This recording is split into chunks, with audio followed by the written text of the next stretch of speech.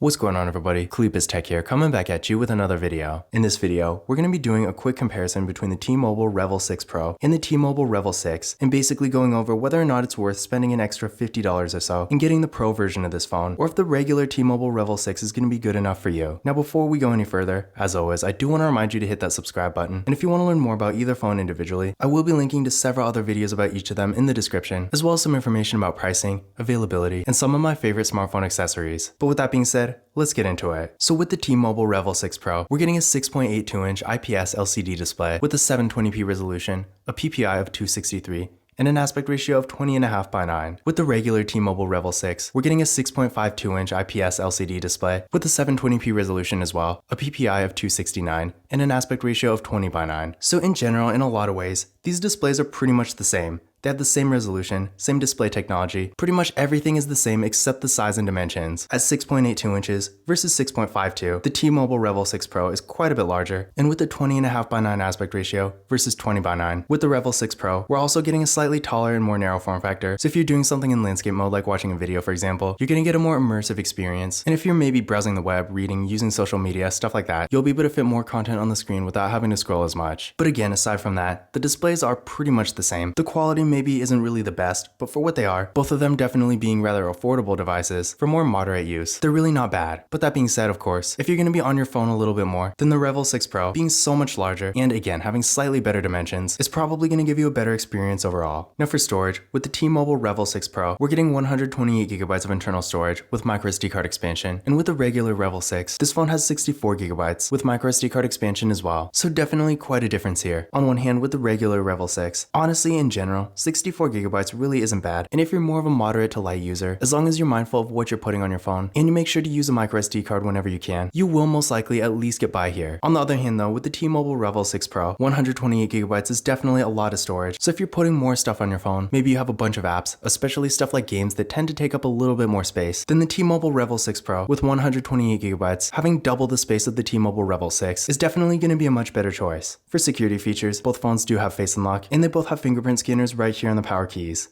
So definitely a great spot. But starting with the Revvl 6 Pro, let's go ahead and give them a try. There we go, one more time. And there we go. And now for the regular Revvl 6. There we go, one more time.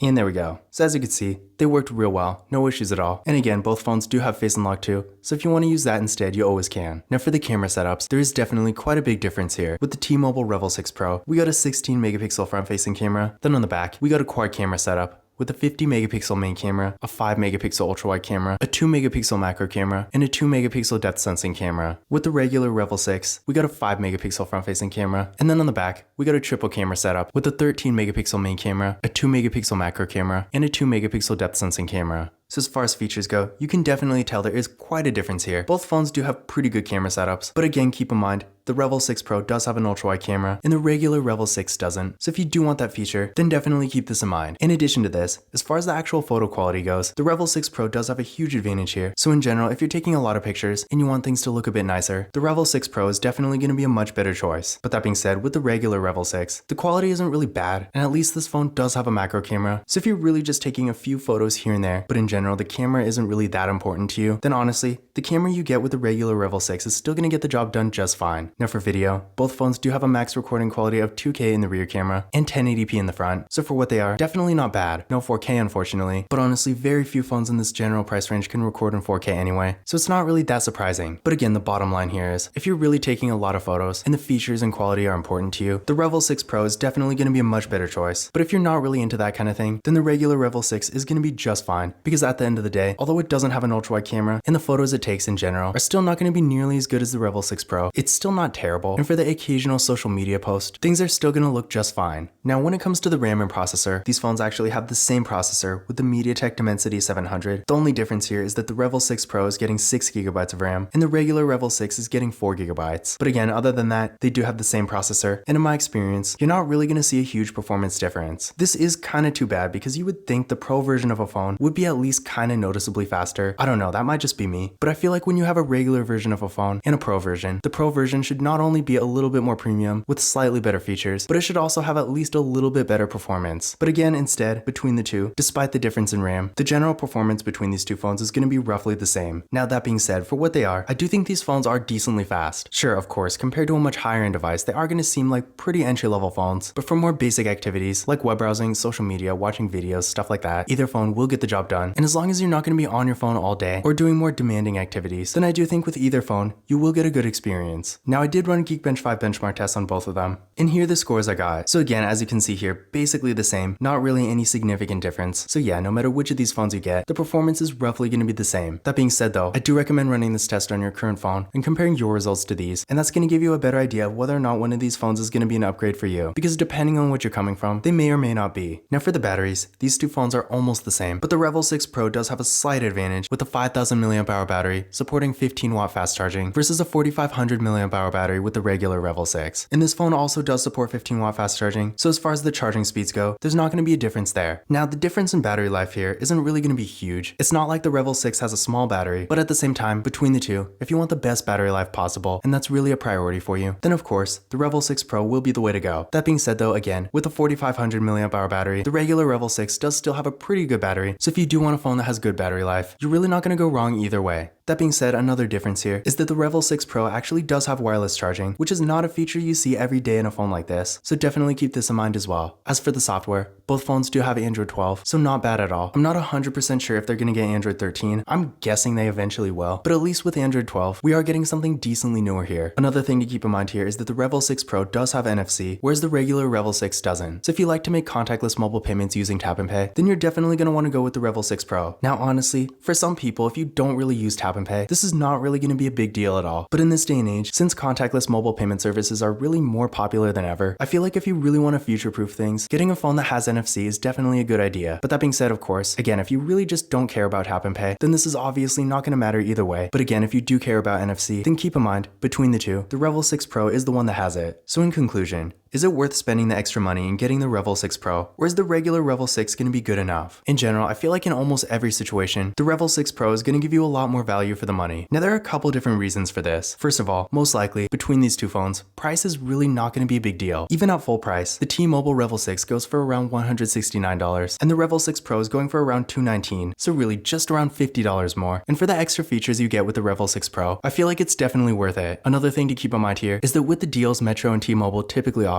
you're most likely not going to pay full price for either of these phones. In fact, in some cases, you might end up getting them for free. So considering that, being that realistically, these phones are most likely going to end up being around the same price, I do think the Revvl 6 Pro does provide significantly more value for the money. If nothing else, the display is a lot larger, and again remember, the form factor is a little better too. So if you're going to be on your phone a lot, you will get a better experience with the Revvl 6 Pro. In addition to this, with 128GB versus 64, having double the storage is a huge advantage. It also has a much better camera, with better features, and significantly better photo quality. It has a slightly larger battery, and some nicer features like NFC and wireless charging. So sure, on one hand, if you just want something basic that works, and the Revvl 6 is what's available, then you're most likely going to be fine here, especially if you don't really care about the extra features. But if you really want to get the best value for the money, then again, I definitely think the T-Mobile Revvl 6 Pro will be a much better choice. Now once again, if you want to learn more about either of these phones individually, I will be linking to several other videos about each of them in the description, as well as some information about pricing, availability, and some of my favorite smartphone accessories. But that's it for this video. If you enjoyed it and found it useful, be sure to give it a thumbs up and hit that subscribe button. Don't forget to follow Kalipis Tech on Twitter and Instagram.